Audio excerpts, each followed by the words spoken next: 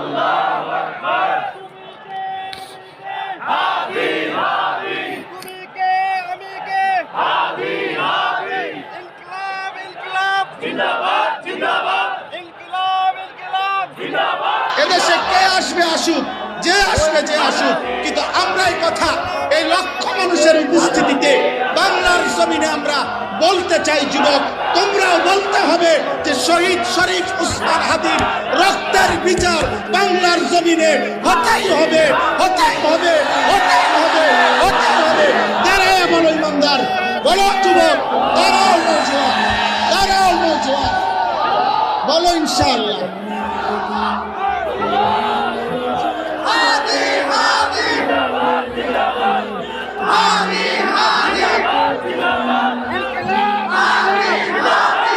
মাশাআল্লাহ, এই দাবি আমাদের একদিনের জন্য বন্ধ করবে না, বলো ইনশাআল্লাহ।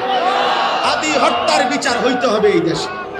তার পবিত্র রক্তে, ইমানদারের রক্ত। ফজরের মুসল্লি সে ছিল, 5 ওয়াক্ত নামাজ পড়তো এই যুবক।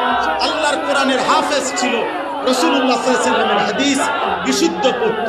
তার মা পর্দানশীল, তার স্ত্রী পর্দানশীল, তার বাবা বড় আলেম, তার ভাই বড় আলেম, সে নিজে মাদ্রাসার ছাত্র ছিল। আল্লাহ বলছে, যুবক রাজনীতি তো বহুত জনে করে, কিন্তু ইমানদার যুবক তোর ফজরের সেজদা 5 ওয়াক্ত নামাজের বরকতে আমি আল্লাহ তোর ঈমানও গ্রহণ করলাম, দেশপ্রেমও গ্রহণ করলাম, দুইটা মিলাইয়া 18 কোটি মানুষের চোখের পানির ভালোবাসা তোকে আমি দিই। এই জন্য যুবক মরলে এমন মরাই মরি, বাঁচলে এমন বাঁচাই বাইচ।